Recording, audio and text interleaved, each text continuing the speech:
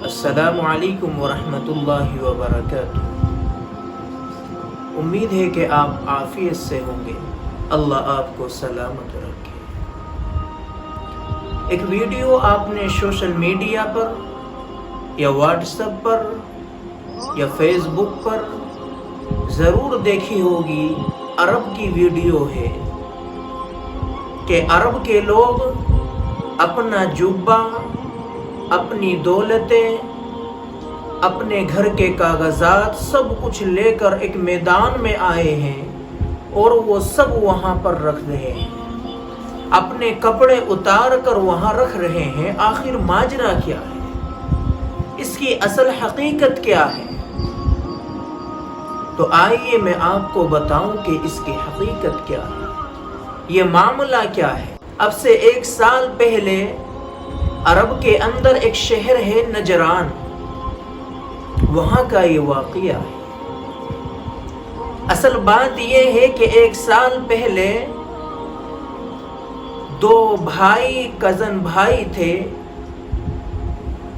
دونوں میں بڑی محبت ہے اور اپنی زندگی گزار رہے ہیں، جن میں سے ایک بھائی کا نام محمد مرسل ہے۔ تو ان دونوں کی یہ محبت والی زندگی چل رہی تھی۔ اتفاقاً کسی وجہ سے بات میں کوئی خلل پیدا ہوئی، محمد مرسل کو غصہ آیا اور اس نے اپنے کزن کو قتل کر دیا، یا یوں کہا جائے کہ اس سے قتل ہو گیا۔ اور جب یہ کام ہو گیا تو وہاں کے لوگوں نے فوراً پولیس کو بلایا اور پولیس موقع پر آ گئی۔ محمد مرسل کو وہ اپنے ساتھ جیل لے گئی۔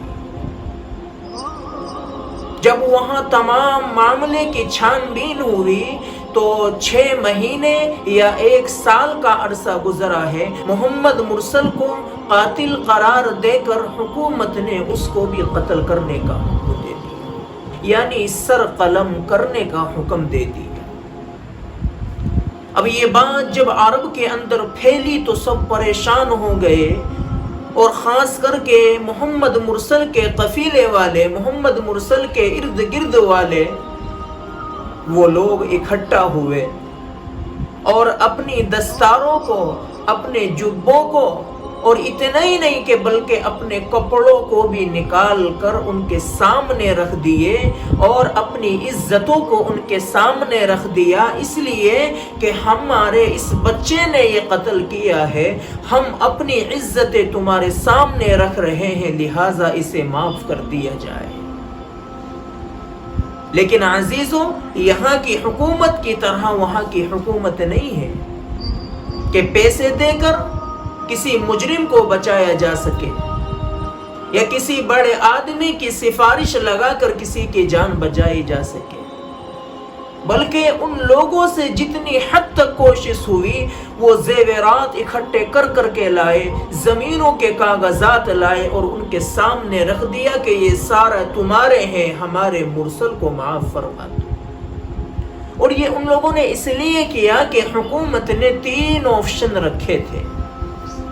پہلا آپشن یہ کہ یا تو مقتول یعنی جس کا قتل ہوا ہے اس کے گھر کے لوگ محمد مرسل کو معاف کر دیں، اس لیے ان سے معاوضہ لے لیں، ان سے پیسہ لے لیں، زمین کے کاغذات لے لیں، یا جو وہ کچھ دینے آئے ہیں سب کچھ ان سے لے لیں، یا اور کچھ لینے کی اپنی طرف سے کچھ بات کہہ دیں۔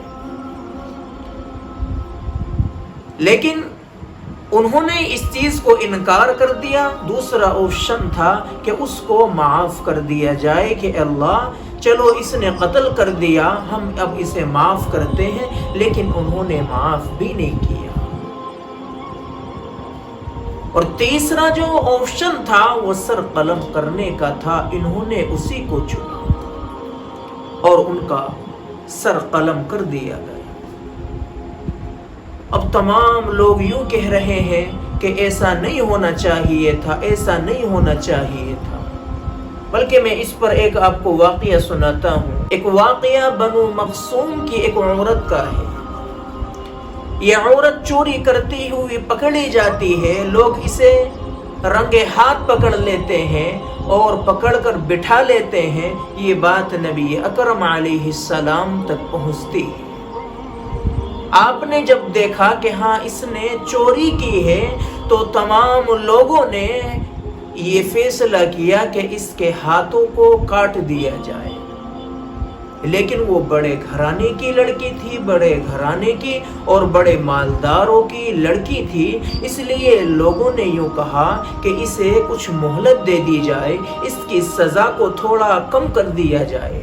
تمام لوگ اس لڑکی کے گھرانے حضرت اسامہ بن زید کے پاس پہنچے اور کہا کہ آپ محمد الرسول اللہ کے پاس جائیے اور ہماری اس بیٹی کی سزا کچھ کم کرا دیجیے۔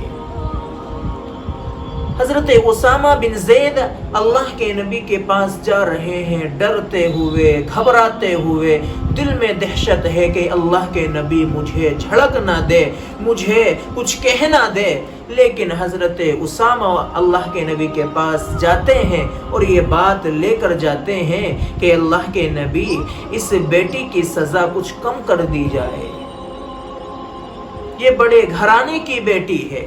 اللہ کے نبی نے فرمایا اے اسامہ یہ بات بالکل نہ کہو، تمہیں معلوم نہیں کہ پہلی قومیں اس لیے برباد ہوئی، اس لیے تباہ ہوئی کہ ان قوموں کے اندر یہ بات پائی جاتی تھی کہ جب کوئی مجرم مالدار ہوتا تو اس کا جرم ہٹا دیا جاتا تھا، اور کوئی اگر مجرم غریب ہوتا تو اس کا سر قلم کر دیا جاتا تھا۔ یہاں شریعت کا قانون ہے، یہاں شریعت کا قانون ہے تو شریعت کے قانون کے مطابق اس عمل کو کیا جائے گا۔ اور فرمایا اے اسامہ اگر یہاں میری بیٹی فاطمہ ہوتی تو میں اس کے ساتھ بھی وہی حشر کرتا۔ اندازہ لگائیے میرے عزیزو کہ نبی اکرم علیہ السلام نے ہمیں کیا سبق دیا۔